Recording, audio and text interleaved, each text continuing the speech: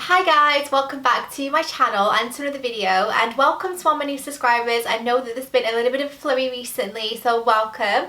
And if this is the first video of mine that you've stumbled across, my name is Natasha and I do videos every other day on food, WW content, wellness, vlogs, fashion, beauty. So I'm sure you'll find something that you enjoy, so I really hope that you can subscribe. It's completely free and I would love it for you to join our community. So today we're going to be having a bit of a chat about what I wish I knew when I started WW, the things I think might be useful if you're embarking on your journey again as a newbie or someone that has kind of left it for a while and wants to come back to it, or if you just want a bit of a refresher and you want a bit more information and a few more hints and tips on how it can run smoothly. So, bit of a background before we begin. I started my WW journey not last year, the year before, and I got to go within 12 months. I lost over 4 stone, over 55 pounds, and I went from a size 16 to a size 6 to 8, which is what I'm at now.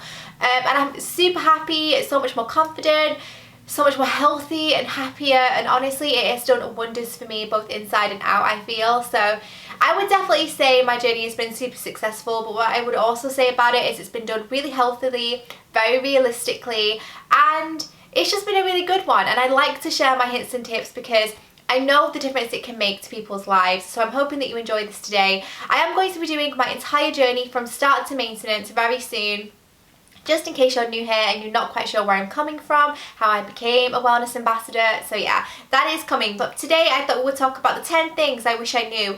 I have made notes on my phone because I want to keep this as concise as possible. I don't want you here for the rest of your lives. But the first tip I wanted to talk about is, what is your why? What motivates you? Why have you decided to do this?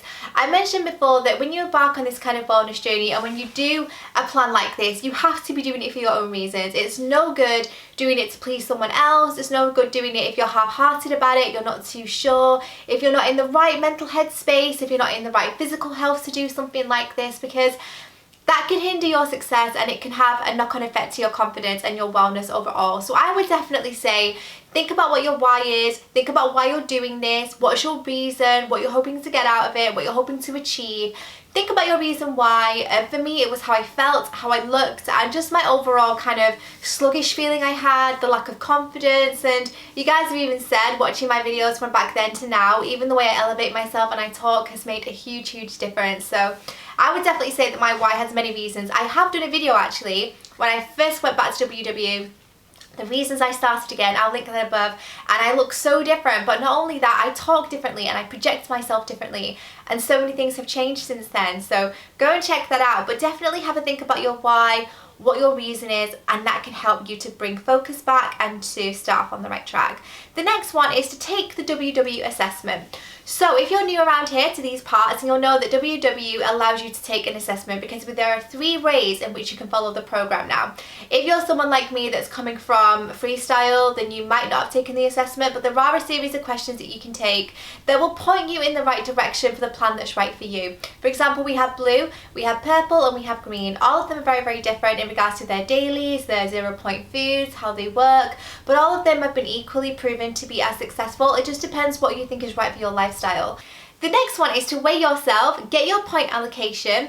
I would definitely say weekly weigh-ins are going to be really helpful for you guys, and it might seem quite daunting to step on the scales weekly. It might seem quite unnecessary, but actually you need to know how your progress has been so you know what's working and what's not. For an example, if you have a great loss one week, you want to know what you were doing, and you want to be able to check your app, you want to be able to check trends and food forecasts. What did you eat that week? It obviously did really well for you in regards to a loss. So I would definitely say make sure you're recording your weight, holding yourself accountable. I also did that with taking pictures as well. Not everyone is as visual as I am. I'm a very visual learner. I'm a very visual person. I'm stimulated visually. So for me, seeing that chart go up and down or seeing pictures that look different side to side was really motivating for me. So I would definitely say make sure you're weighing yourself at least once a week because you want to be able to track your progress. But again, don't take the number to heart too much, but you do need to record it so you know where you're coming from, where you're getting to, and where you want to go. The next one is to set yourself a realistic goal in a realistic time frame. I mentioned this very recently in my hitting the reset button video, which if you haven't seen it, I'll link it above. And that talks about how to hit that reset button after Christmas, how to get your focus back, how to get your motivation back, and just be excited for the new year.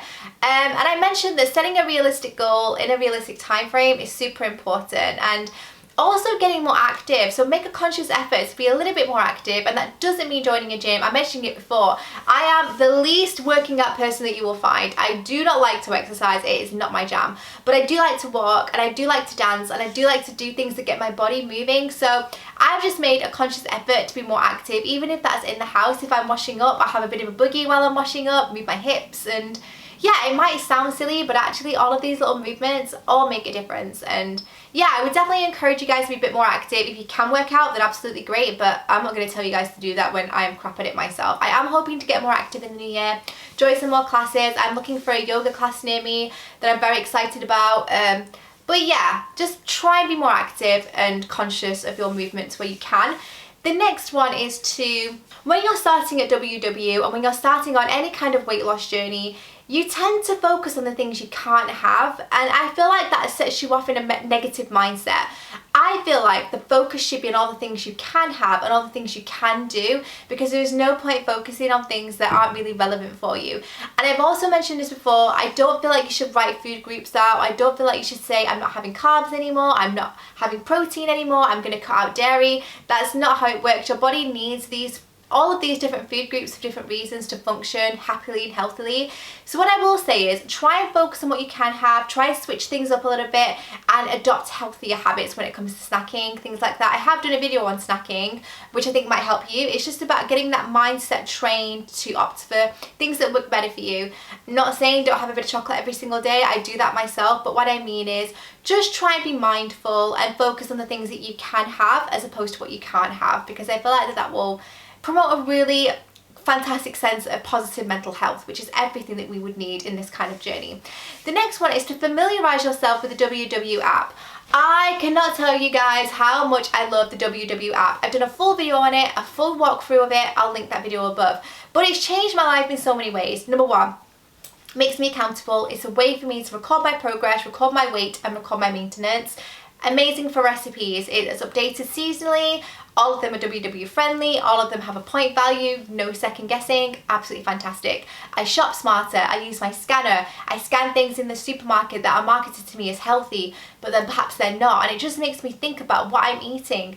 And it also makes me more relaxed on myself, because I could look at a Mars bar and think, oh my goodness, I could never have that, that's ridiculous, and I'll scan it and I'll think, actually that works within my point value, so why am I denying myself? So just become app savvy if you can. I know it's not everyone's jam, technology, and some of you might just go to the meetings, but if you can adopt the app, it is fantastic and it just works for me on so many different levels, so many different things. The next one is to seek out a network of like-minded people. Super important, and again, I mentioned this in the last video that I did.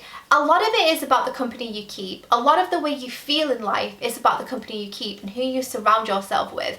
I'm a big believer that positivity attracts positivity, and I'm not saying that's always possible. You might have grey clouds in your family, you might have people that you have to associate with at work that don't necessarily bring out the best in you and don't necessarily bring out all the positive feelings you want to feel throughout your day. But when you can affect it, when it comes to your social circles and who you spend your leisure time with, I really do urge you to find people that inspire you, that make you feel positive, that make you feel happy and accepted, and all the things that we want to feel and we deserve to feel. And again, I hope this is where this channel comes in. I get a lot of messages from you guys saying that you're here because you love my positive nature, and you're here because it's real and because, you know, I have good days and I have bad, and that's relatable, and that makes me so happy. So find a network of like-minded people, share this channel, share this network with your friends that you think might need it, because it's always lovely to have more of you to chat to. As you guys know, I reply to every comment where I can. The next one is be educated around the food choices that you make, and in turn that will promote you to make smarter choices. So again, this kind of comes with the app for me. I learned so much through it. Checking nutritional values on packaging, checking out what a food may contain that I wasn't aware of before, and that's not just for restriction and having a look at something and saying, oh my goodness, I'm not going to eat that, but again, it's to encourage you that some foods that you might think are completely out of the question may not be. I mean, you might look at lamb chops and think they're really fatty, I cannot have them. Actually, I eat red meat frequently, and I did when I was losing, not just now on maintenance. So just have a think and try and learn a little bit more about what you're eating, and make sure you're treating yourself, because I always say this, but if there's no incentive if you're keeping saying no. You want to have that incentive, you want to have those treats because it makes it more sustainable, and it's all about balance, isn't it? You don't want to be restricting yourself all the time because that is not fun. So just having a little bit more of a think and being more mindful and smarter in your choices, especially when it comes to snacking in between meals, is going to be super helpful for you. And then the last tip I have, and this is, again, it's very, very important, and one that is more for sustainability more than anything. I mean, doing this might give you a quicker weight loss, but it's going to be one of those situations where you get to maintenance and it all goes back on again because you haven't really grasped the concept of don't write foods off. And I've mentioned that before with food groups, but don't say you can't have chocolate, don't say you can't have cake, and make sure you're having that weekly takeaway. You're going out with your friends, you're socializing. You want to make sure that your mental health is taken care of. And I know I mentioned that a lot, but I'm such a believer that if this is running harmoniously, all of this will be in tune as well. And they both need to be in tune to make you happy and to make you more positive and more successful, because if you're constantly denying yourself, it's going to cause resentment and it could lead on to things like binge eating, which I've done a full video on. So you want to make sure that you're just as happy on the inside, if not more happy on the inside than you are on the out, because again, I can't stress the importance of that. And if you guys do need support in that nature, get in touch, let's have a bit of a chat, let's support each other. Again, I'm not a nutritionalist, I'm just a woman in my bedroom letting you guys know how I've done things and how I like to go about my life. But I think it's all about being realistic in your expectations of yourself. So those are the 10 things that I think if you can really home in on these things, you're going to have a successful journey, you're going to have a realistic journey, and one that is going to be more sustainable once you get to maintenance. For me, I've been on maintenance for 6 months, I managed to keep the weight off, and I've just been such a happier and healthier me because of it. So once you learn these lessons throughout your journey and you put them into practice, when you get to maintenance, you're not as overwhelmed, you're not alone, and it's just one of those things where you think, the lessons have been learned, so I'm completely happy to do this now. So yeah, I hope you've all found this video helpful. If you have any hints and tips to share, especially when it comes to newbies joining WW, comment with them down below because I'm sure people would love to hear from them. Don't forget to give this video a like if you enjoyed it, and of course if you are new to my channel, make sure you subscribe. I do videos every other day, so I hope you can join us, and I'll see you in my next one.